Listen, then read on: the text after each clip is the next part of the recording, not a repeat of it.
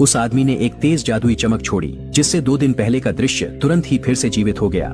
फिर उसने जमीन को चाटा, आवाज सुनी, स्थान का पता लगाया और चुपचाप एक मंत्र का उच्चारण किया।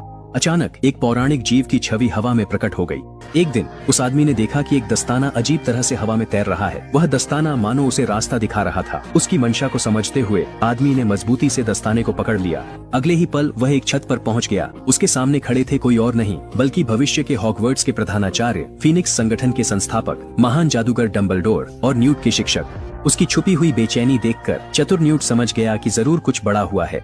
तब शिक्षक ने उसे पूरे जादुई संसार के भाग्य से जुड़ा एक महत्वपूर्ण मिशन सौंपा।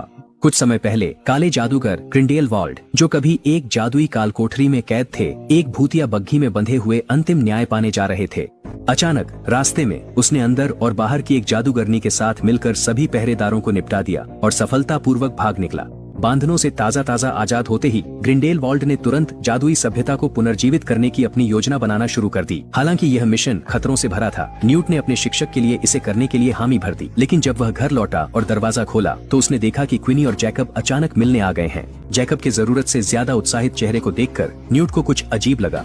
जैसा कि अंदेशा था, उसे पता चला कि जैकब क्विनी के प्रेम जादू के असर में था। न्यूट ने हाथ उठाया और जादू को हटा दिया। तुरंत ही हैरान परेशान जैकब होश में आ गया। शर्मिंदगी से घिरकर क्विनी ने जल्दी जल्दी अपना सामान समेटा। जैकब के बार बार रोकने के बावजूद क्विनी फिर भी गायब हो गई।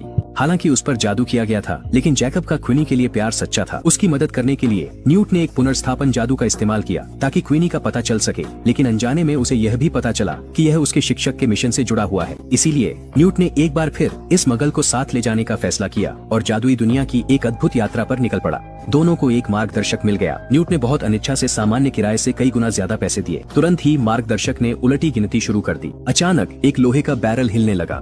फिर न्यूट ने जैकब को साथ खींचा और सीधे बैरल के अंदर चला गया। दोनों एक पल में गायब हो गए। इसी बीच एक रहस्यमयी महिला, जिसे किसी ने नहीं देखा, एक मूर्ति के आर पार होकर दूसरी दुनिया में चली गई। सड़कों पर जादू बिखरा हुआ था। स्पष्ट था यह वही प्रसिद्ध जादुई दुनिया थी। यह एक सर्कस था। एक खूबसूरत महिला को एक विशाल पिंजरे में बंद कर दिया गया था। रिंग मास्टर की गुस्से भरी चीख पर अगला दृश्य बेहद अजीब था।